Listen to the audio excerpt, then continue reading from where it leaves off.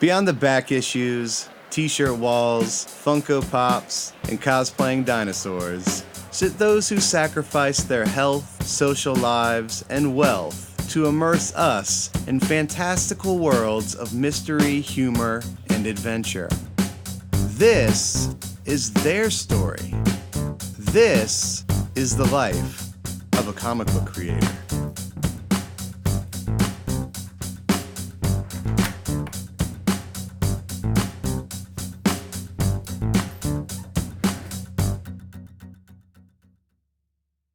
Who am I?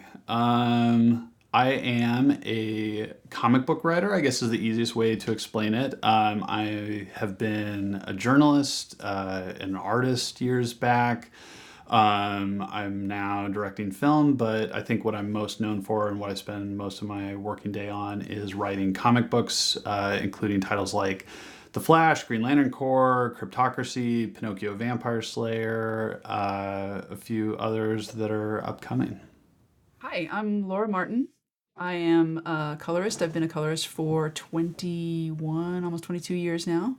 I'm currently working on books from Marvel, DC, IDW, 12 Gauge. I think that's all of them.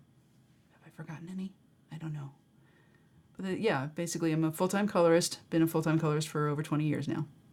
I'm Joey Weiser. I'm a cartoonist, author of the Merman graphic novel series and contributor to SpongeBob comics, as well as like a colorist for several people, including Jarek Krasoska's Lunch Lady series and Jedi Academy series, and other various this isn't and that's.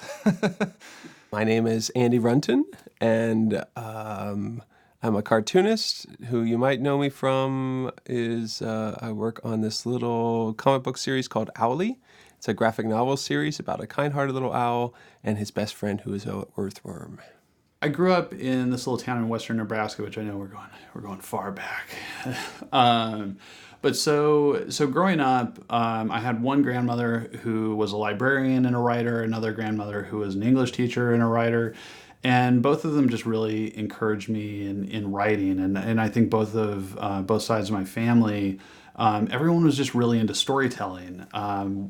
Part of my family ran a movie theater going back to silent films, so that's something that's just sort of baked into my identity, I think. I grew up in Bloomington, Indiana, which is a small college town in Indiana, and I went to high school and middle school there.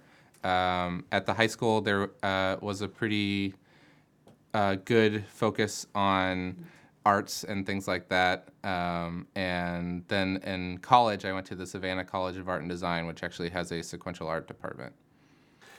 High school, I barely took any art classes at all. 3, maybe just 2. I can't even remember. And I didn't like it. I mean, I liked drawing, but I didn't feel like it was something it wasn't fun. I drew for myself, and then all of a sudden in art, it was like instead of drawing in math, because I would draw in all my classes, right? So instead of sitting there and drawing what I wanted to draw in math class, I had to draw fruit in art class, and it was just really boring. It wasn't what I wanted to do, and so I didn't really understand the point of it, really. And so when I graduated, I wasn't sure what I wanted to do for a living. I wasn't sure where to go. I decided to go to Georgia Tech because it was free, the Hope Scholarship. And so living in Atlanta, I went to Georgia Tech, and I studied industrial design, which is product design, graphic design, interface design, exhibits, books, everything, So it was a big combination major, and that was really appealed to me. But the thing that really appealed to me was the first couple years, all you do is learn how to draw. And so there was a lot of art classes in college. At SCAD, at first you start out with the basics, color theory and graphic design and that kind of thing. And then as I moved into the sequential art department, the focus is there's kind of 2 main tracks when I was there. There was a focus on storyboarding for like movies and animation, and there was also a focus for comics. And I took a few storyboarding classes, but I was very, very focused on comics. And they teach you a variety of things from like tools to storytelling, scripting classes and inking classes and things like that. I think an important aspect of going to SCAD was just to get me to draw like every day as much as I could, and you just kind of can't help but get better when you're working that much. In terms of school, I went to the University of Nebraska at Lincoln. I studied journalism, so I kind of didn't think that creating comic books was a real career. It was so remote for me. I never met anyone who made a comic book, so it seemed almost like comic books were created by elves in some mystical place and then just showed up at the grocery store. I was a graphic design student at the University of Central Florida back in the late 90s. Mid 90s, early 90s. And I figured I would just go into graphic design. I thought because I wanted to be an artist, and I figured the only way you got paid to be an artist was to be a commercial artist. So I figured graphic design would be the place to go. So that's where my concentration was. I was working at Kinko's at the same time while I was going to school full time. And a dear friend of mine, Ian, had checked out my portfolio and said, "Have you ever thought about working in comics?" And I went, "What? People get paid to do that?"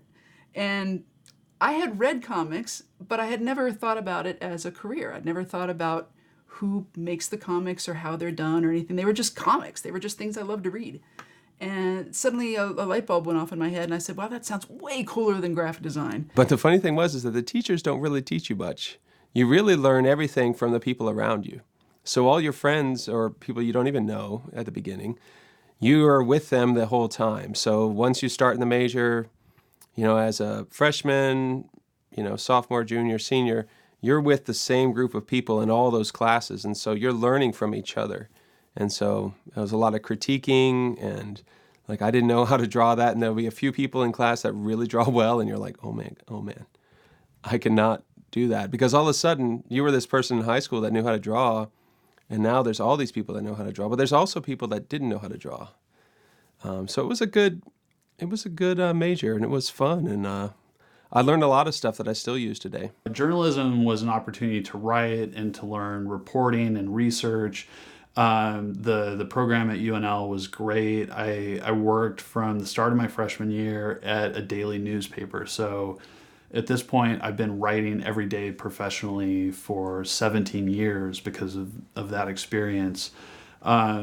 So yeah, I mean, it was an incredible experience. But in terms of fiction, I had one English class for one semester that was a fiction writing class that I remember nothing about it, but I'm sure I produced some really, really abysmal short stories. And this is about the time that Wildstorm was putting out their talent searches in the backs of their comic books. This was probably, I'd say, late 93, early 94 at this point. Ian went ahead and applied for one of these jobs. They were looking for colorists, letterers, designers, and they just advertised in the back of their books, hey, send in a portfolio and we'll do a thing and we'll see if you get hired. So he went ahead and got the job, amazingly. And while he picked up and moved from Orlando to San Diego, and I stayed put in Orlando because I was still in school. I wasn't going to quit school.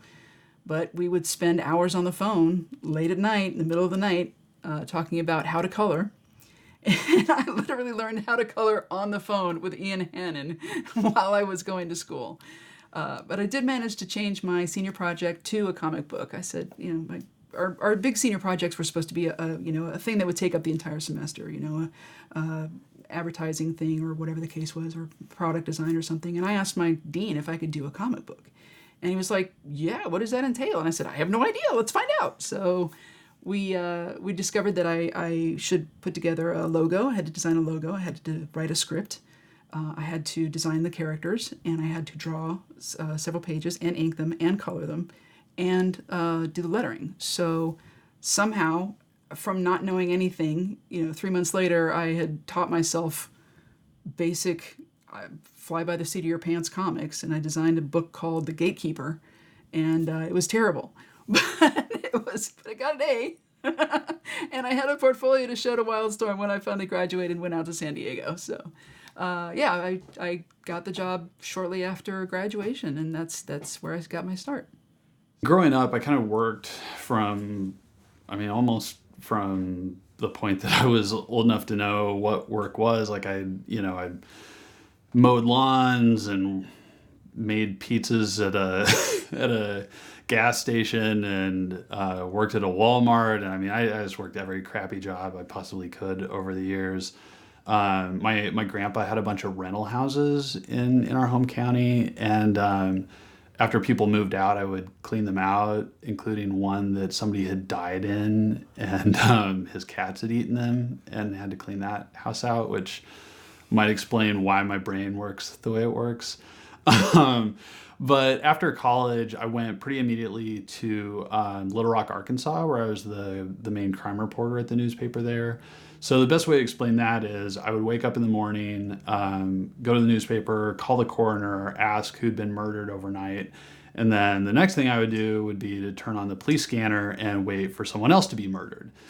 And, it was a lot of like rushing to the scene of a crime, doing as much reporting as I could possibly do, and then rushing back to the office to write articles about, murder and mayhem and everything else. So it was a really intense and kind of really depressing job ultimately, but probably a lot of good fodder for the writing that I've gone on to do. And then after that, we moved to Atlanta, and I worked...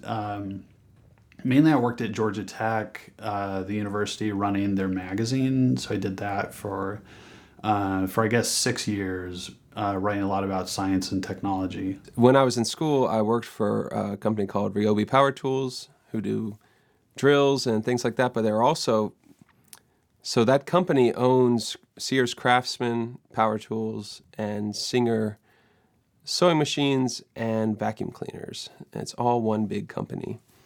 And they are located in Anderson, South Carolina, and then also in Pickens, South Carolina. And so I worked there for 2 years while I was in school, off and on, as kind of like a work-study thing. And the more I worked there, the more I realized I did not want to do this. Because I was designing a reciprocating saw, which is like a big, like a sawzall is the normal word for it. And my boss was like, "These all look like Star Wars guns." And I was like, "Yeah, they do. That's the best part about it." And he said, "No." He said, "Your stuff is way too cartoony. This is ridiculous." And so it just it was kind of all these little things happen. It was like, this isn't the right fit for me. This isn't the right fit for me. And so when I went back to school, I decided to do more interface design. And that was the job I got next, was working for Motorola, doing interface design for phones. And it was fun, and it was great, and I got to draw little icons and all kinds of neat little stuff, and I even did some little game design. But I just didn't fit into the corporate culture. I just couldn't get there at 9 o'clock in the morning and work and cut off at 5. I would always get in at like 10:30, 11, and stay till like 8.